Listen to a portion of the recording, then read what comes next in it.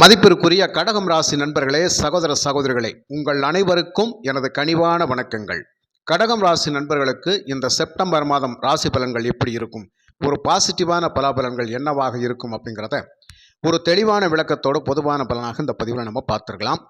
கடகராசி நண்பர்கள் சொல்லக்கூடிய வார்த்தைகள், சனி பகவான் கண்டக சனியாக இருந்தார், அஷ்டம சனியாக இருந்தார், அப்போ எப்படி இருந்தோமோ அதே மாதிரி இப்போ பாக்கிய சனியாக இருந்தும் ரொம்ப கஷ்டப்பட்டுக்கிட்டு தான் இருக்கிறோம், ஒன்றுமே பண்ண முடியலை, குடும்பத்தில் கணவன் மனைவி பிரச்சனை ரொம்ப தலதூக்கி ஆடிக்கிட்டு இருக்குது, என்ன பண்ணுறதுன்னு தெரியல, கொடுத்த பணம் கைக்கு வரவே மாட்டேங்குது, கேட்டால் குற்றவாளி ஆக்குறாங்க, தொழிலில் ரொம்ப மோசமாக போயிட்டுருக்குது, சரியான வேலையில் போய் உட்கார முடியல, வேலை வாய்ப்பும் கிடைக்க மாட்டேங்குது, அந்த வேலையில் இருந்தாலும் மிகப்பெரிய தடுமாற்றத்தில் தான் இருக்க வேண்டியதாக இருக்குது, எப்போ எந்த வேலை எங்கே பறிபோகும்னு தெரியாத ஒரு சுச்சுவேஷனில் போயிட்டுருக்குது, குடும்ப பொருளாதாரம் அதில் பாதாளத்தில் போயிட்டுருக்குது, சொல்லப்போனால் இருக்கிறதே வேஸ்ட்டுன்ற மாதிரியெல்லாம் தோணுது சார். ஆனால் கடகராசிக்கு பலன்கள் பார்த்தீங்கன்னு சொன்னால் ஆகா ஓஹோன்னு சொல்லி போட்டுக்கிட்டு தான் இருக்கிறீங்க.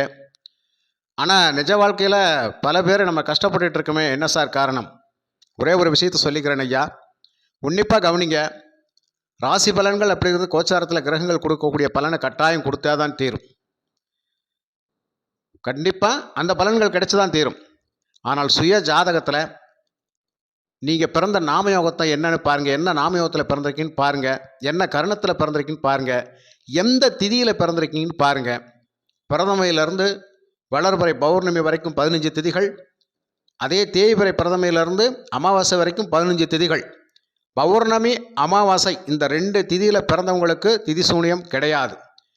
பாக்கி இருக்கிற 28 திதிகளில் பிறக்கக்கூடிய நபர்களுக்கு கண்டிப்பாக திதி சூனியம் அப்படிங்கிற ஒரு விஷயம் இருக்குது. அதை கொஞ்சம் தெளிவாக ஆய்வு பண்ணி பாருங்க ஐயா.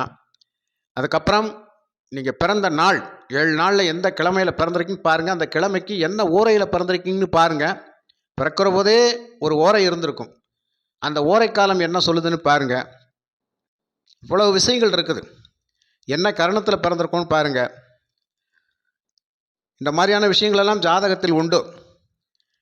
இதை நான் ஏன் சொல்கிறேன்னா, சுய ஜாதகத்தை இதன் அடிப்படையில் தெளிவாக A to Z கணிச்சு பார்த்து அதற்கான விஷயங்கள் என்னன்னு தெரிஞ்சுக்கிட்டு, நெகட்டிவ் என்னவான விஷயங்களாக நடந்துக்கிட்டு இருக்கிறது, என்ன நெகட்டிவான தசாபுத்திகள் போகுது, அந்த நெகட்டிவான கிரகங்கள் கோச்சாரத்தில் எந்த இடத்துல இருந்து நமக்கு பலனை கொடுத்துக்கிட்டு இருக்குது, அப்போ ஜென்ம ஜாதகம் என்ன சொல்லுது, கோச்சார பலன் என்ன சொல்லுது அப்படிங்கிறத கரெக்டாக மேட்ச் பண்ணி பார்த்து நீங்கள் ஒரு பொசிஷனுக்கு வந்தீங்கன்னா நிச்சயமாக எப்பேற்பட்ட பிரச்சனையும் சால்வ் பண்ணுறதுக்கு ஜாதகத்தில் இடம் உண்டு. ஆக அவயோக தசை போயிட்டு இருக்குது அப்படின்னா கண்டிப்பாக அந்த அவயோக காலம் அப்படிங்கிறது ஜாதக ரீதியாக எந்த கோயிலுக்கு போகணும் அப்படிங்கிற விஷயத்தை கரெக்டாக தெரிஞ்சு நம்ம போனோம்னா அந்த பிரச்சனை சால்வ் ஆகும்.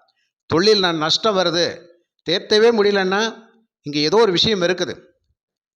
கடக ராசிக்கு 10ஆம் அதிபதி 6ல் இருக்கிறாரா, ஜென்ம ஜாதகத்தில் 8ல் இருக்கிறாரா, 12ல் இருக்கிறாரான்னு ஒரு பார்வை பாருங்கள். அவரே திதிவார நட்சத்திரத்தை நாமயோகத்தின் பிரகாரம் கரணத்தின் அடிப்படையில் நல்ல கிரகமாக வந்திருந்தார்னா அவங்கெல்லாம் தொழிலில் மேன்மையாக இருப்பாங்க, அவங்களுடைய வேலையில் மேன்மையாக இருப்பாங்க, காசு பணம் பொருள் நிறைய சம்பாதிப்பாங்க. அந்த ஒரு விஷயத்தையும் பாருங்கள். 7ஆம் அதிபதி களத்திரகாரகன் சனி பகவான் உங்களுக்கு, அவர் யாருன்னு பாருங்கள், யோகாதிபதியான்னு பாருங்கள். யோகாதிபதியாக இருந்துட்டால் கண்டிப்பாக சனி பாக்கியஸ்தானத்தில் வருகின்ற பொழுது அவங்க மிகப்பெரிய சம்பாத்தியக்காரனான துணைவியாரை பெற்றவர்களாக இருப்பார்கள். நிறைய கடகராசி நண்பர்களுக்கு துணைவியார்கள், துணைவன் என்ற துணைவியார் வேலைக்கு போய் பணம் பொருள் சம்பாத்தியத்தை ஈட்டக்கூடிய அமைப்பில் இருப்பாங்க. இப்படியான விஷயங்கள் எல்லாம் உண்டு. அப்போது என்ன பிரச்சனைன்னு தெளிவாக ஜாதகத்தை ஆய்வு பண்ணி அதுலேருந்து ரிலீஃப் ஆகிறதுக்கு பாருங்க ஐயா. சும்மாவே ராசி பலனை பார்த்து அது நடக்கலை இது நடக்கலை பொய்யா சொல்கிறீங்க, நீங்கள் சம்பாதிக்கிறதுக்காக சொல்லிகிட்டு இருக்கிறீங்க. இந்த ஜோதிடம் அப்படிங்கிற விஷயம் உங்களுக்கு ஃப்ரீயாக கிடைக்கிற போது ஒரு மிகப்பெரிய வரப்பிரசாதம் தெரிஞ்சுக்கிறதுக்கு. அதே மாதிரி சுய ஜாதகத்தையும் ஒரு நல்ல வழிகாட்டிக்கிட்ட நீங்கள் கொண்டு போய் கேட்டு, நான் என்ன கரணத்தில் பிறந்திருக்கிறேன், என்ன நாமயோகத்தில் பிறந்திருக்கிறேன், என்ன திதியில் பிறந்திருக்கிறேன், எனக்கு திதி சூனியம் என்ன, எனக்கு முடக்கு நட்சத்திரம் எது, என்னுடைய லக்னம் முடங்கி இருக்குதா, ராசி முடங்கி இருக்குதா, என்னுடைய ஜென்ம நட்சத்திரம் முடங்கி இருக்குதா, என்னுடைய தொழில்ஸ்தானம் முடங்கி இருக்குதா, பல விஷயங்கள் உண்டு. ஆனால் எதற்கும் தீர்வு உண்டு.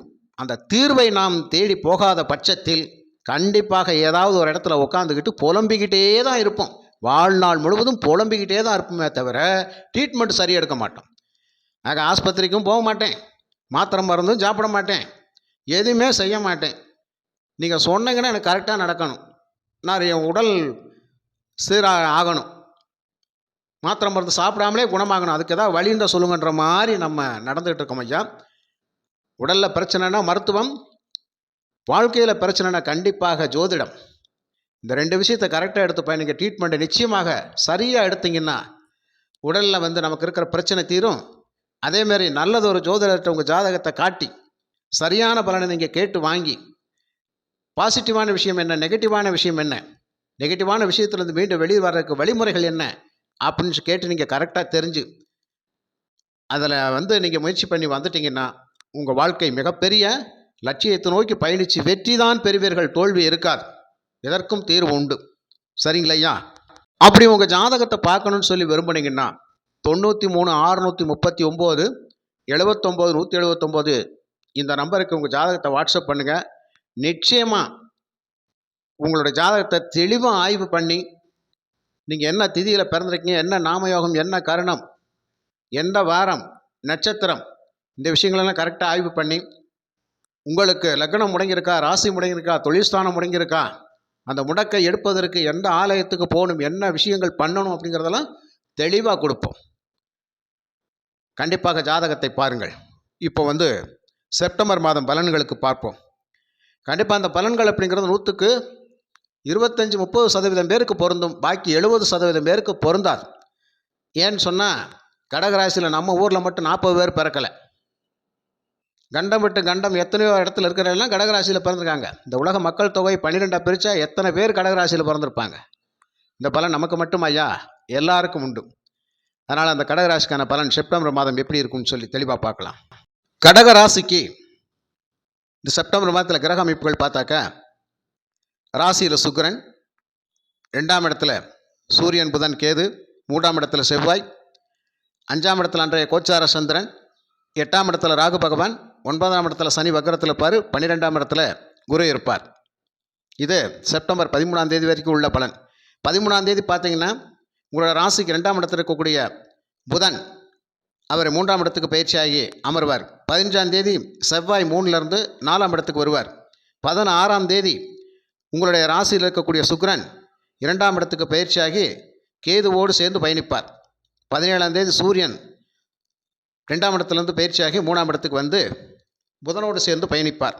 கண்டிப்பாக இது புதன் சூரியன் இணைவு மிகவும் அருமை, நல்ல விஷயம்தான்.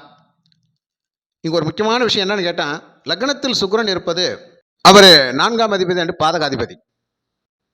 எதையெல்லாம் நம்ம சீக்கிரமாக அடையணும்னு நினைக்கிறோமோ கிடைச்சிரும். கிடைக்க போகிற நேரத்தில் இவர் அது லாபம்னு ஒரு விஷயத்தை எட்டி பிடிக்கிற போது நமக்கு அதில் பாதகம் பண்ணுவார், கிடைக்க விடாமல் செஞ்சுருவார். 10 ரூபா எதிர்பார்த்துருப்போம், 7 ரூபா தான் கிடைக்கும். அந்த 3 ரூபா நஷ்டத்தில் கொண்டு வந்து விட்டுருவார். அப்போ கை கட்டினது வாய் கட்டாத மாதிரியான ஒரு சுச்சுவேஷனில் கொண்டு போயிடும். இது இக்கட்டான ஒரு சுச்சுவேஷனில் இந்த சுக்கிரன் வச்சிருப்பார். 3ஆம் இடத்துல இருக்கக்கூடிய செவ்வாய் எதையுமே துணிச்சலாக செய்வோமையா, நடக்கிறது நடக்கட்டும் அப்படின்னு சொல்லி தைரியம் தன்னம்பிக்கையோடு போவீங்க, கண்டிப்பாக ஜெயிப்போம் அப்படிங்கிற வைராக்கியத்தோடு போவீங்க. ஏன்னா ஒரு 10ஆம் அதிபதி இல்லையா, எந்த வேலையும் செய்கிறதுக்கு தயாராக இருக்கிறோம், ஆனால் வேலை தான் கிடைக்க மாட்டேங்குது. பாதகாதிபதி சுக்கிரன், வேலை தான் கிடைக்க மாட்டேங்குது. அதே மாதிரி அன்றைக்கு கோச்சார சந்திரன் வேற 5ஆம் இடத்துல இருப்பார். உங்கள் ராசிக்கு 5ஆம் இடத்துல விருச்சகத்தில் இருப்பார். நல்ல விஷயந்தான், ராசி அதிபதி 5ல் இருக்கும்போது நல்ல விஷயந்தான். என்னது? காதல், இந்த மாதிரி விஷயங்கள், அதாவது ஒரு அன்பு பாசத்தோடு எல்லோரையும் அணுகக்கூடிய அமைப்பு, வீட்டில் குழந்தைகள் எல்லார் விஷயத்துலையுமே ஒரு அன்பு பாசத்தோட அணுகுமுறை சூப்பராக இருக்கும். அதே சமயத்தில் இங்கே என்னன்னு கேட்டால், வாக்குவாதங்களை தவிர்ப்பது நல்லது.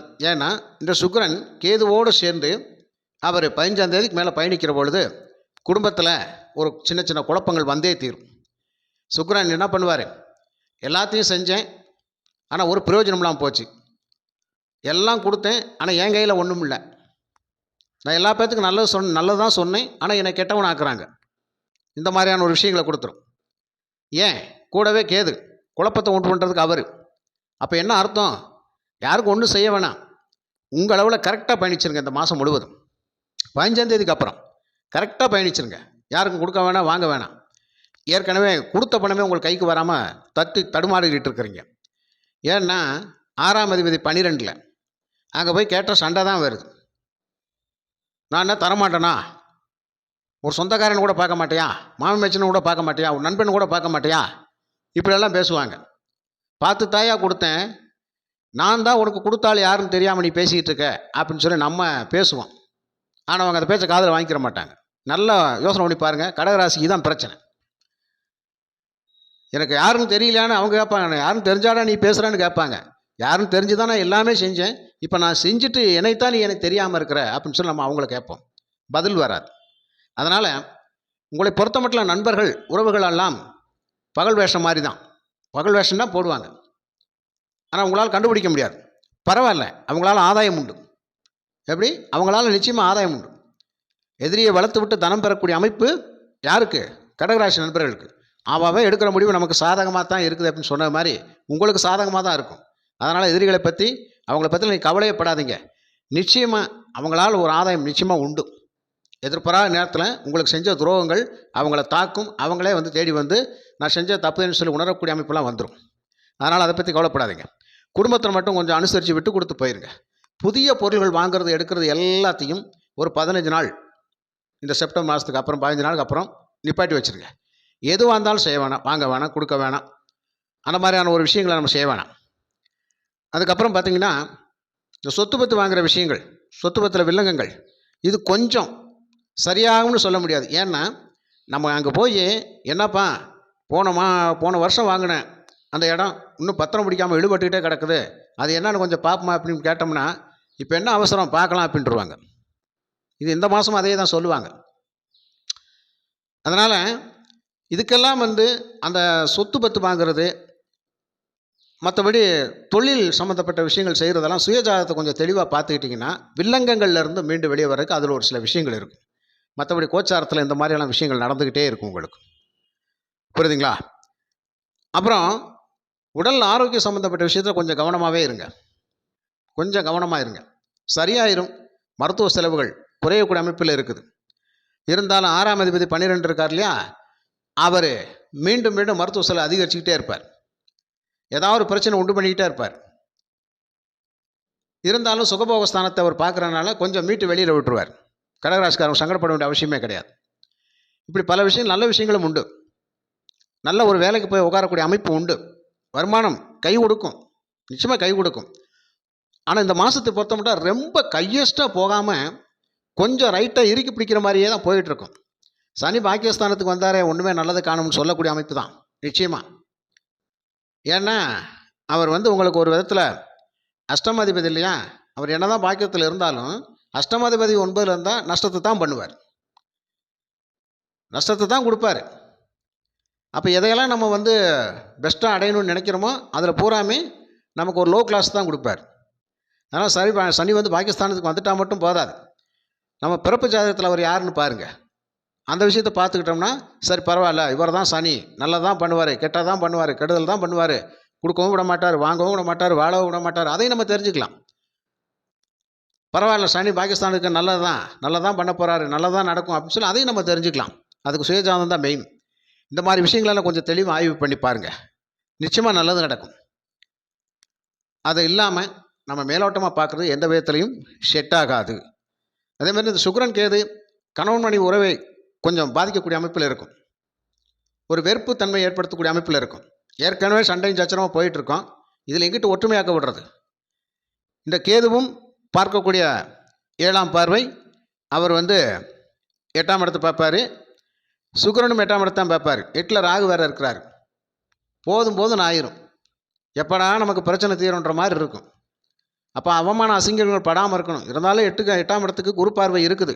ஓரளவுக்கு நம்ம தப்பிச்சோம். அப்படி தான் நம்ம எடுத்துக்கிறணும். கையஸ்டாக இல்லாட்டியும் கூட ஒரு மீடியமான பலன்கள் அப்படிங்கிறது கடகராசிக்கு பொதுவாகத்தான் இருக்கும். ஆனால் சுயஜாதகத்தை பாருங்கள், தெளிவாக நம்ம தெரிஞ்சுக்கலாம். எந்த பிரச்சனை இல்லாமல் மீண்டும் வெளியே வர முடியுமையா? எல்லாத்தையும் சரி பண்ண முடியும். அதுக்கு சுயஜாதகம் தான் சப்போர்ட் பண்ணும். விருப்பம் இருந்தால் தொடர்பு கொள்ளுங்க ஐயா. இதுதான் கோச்சார பலனில் இப்படி தான் இருக்கும். கடகராசிக்கு ஒரு ரொம்ப கையஸ்டான பலனை கொடுக்கக்கூடிய அமைப்பில் கிரக அமைப்புகள் இந்த மாதத்தில் இல்லை அப்படிங்கிற விஷயத்தை புரிஞ்சுக்கங்க. மிக்க நன்றி.